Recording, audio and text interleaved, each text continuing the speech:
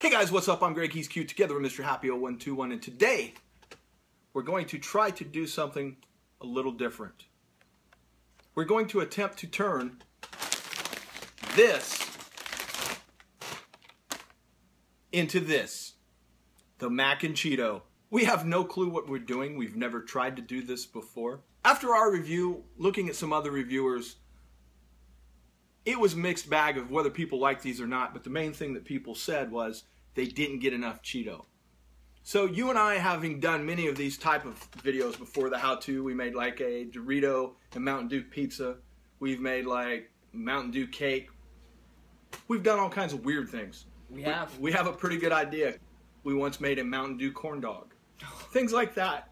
So just kind of using our general knowledge, we figure it would probably be pretty easy to take these Cheetos, turn them into dust, which we will then coat the already made mac and cheese with, put them in a fryer, and then you should have a true mac and Cheeto. So we're going to give it a try. It could be a disaster, or it could be greatness. But this will save you the trouble of trying. So we're going to start with the mac and cheese. I'm going to assume all of you can read a box, so we're just going to say, poof, the macaroni and cheese is done. Okay, so the mac and cheese is finished. We've run into a problem. Those of you that have ever made mac and cheese know it won't hold together like the mac and cheese from Burger King. You can try to form it into something, but it just falls apart. We solve this two ways. We put the macaroni and cheese in a freezer for 30 minutes after we made it, and now we're going to put it on skewers like you would a shish kebab.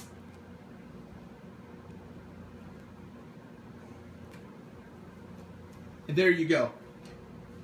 Hold that up for the cameras, friendo.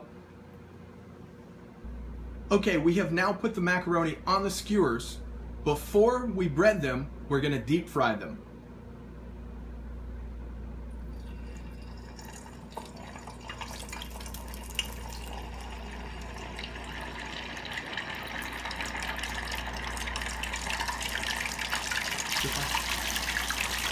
The assistant will now crush up the Cheetos to make the coating for our mac and Cheetos. We're going to do this by taking Cheetos and crushing them with a rolling pin.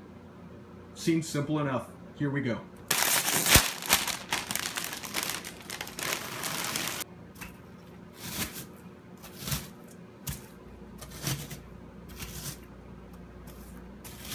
After literally 5 minutes of him doing this, it finally worked. I would suggest maybe you crush them in the bag before you start rolling, because this is some work. We're also going to do a few crunchy for texture.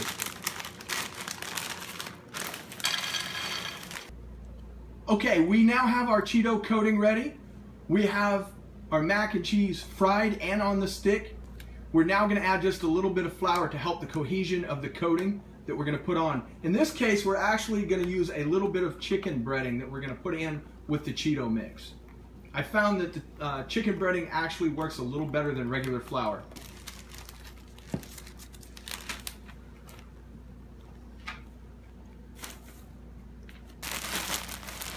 Okay, those of you that have been here before know, this is the egg wash, this is the flour. The macaroni and cheese goes into the egg wash.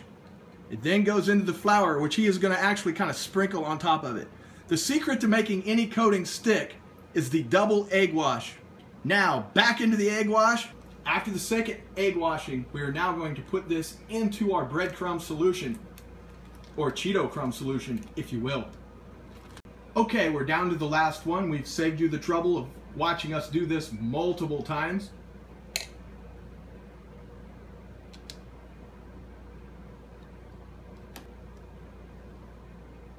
This is what a real mac and Cheeto would look like, friends. Not all smooth. We're about to dump this in the fryer and get down to business. Here we go. Second time in the fryer for the mac and cheese.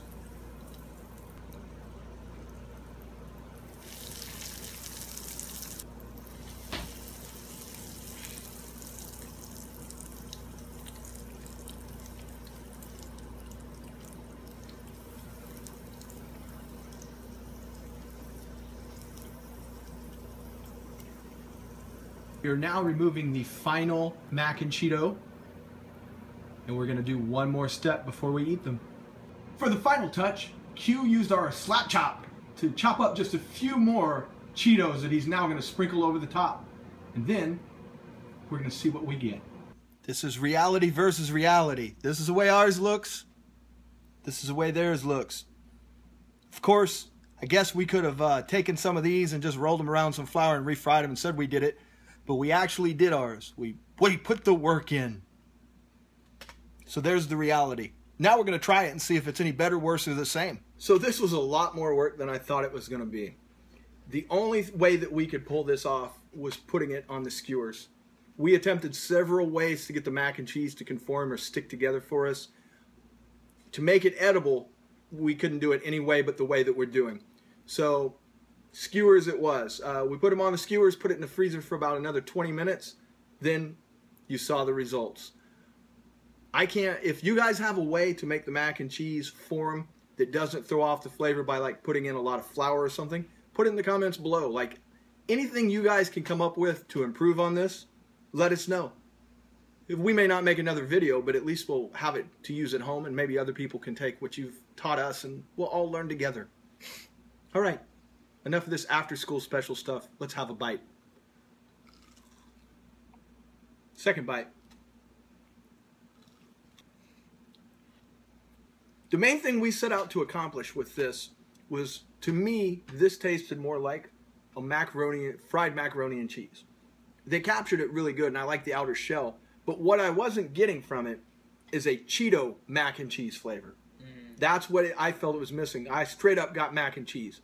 Now, these may not be much to look at, but to me, this really is a Cheeto, a mac and cheese flavored Cheeto, or a Cheeto that is mac and cheese flavored, whatever you want to call it.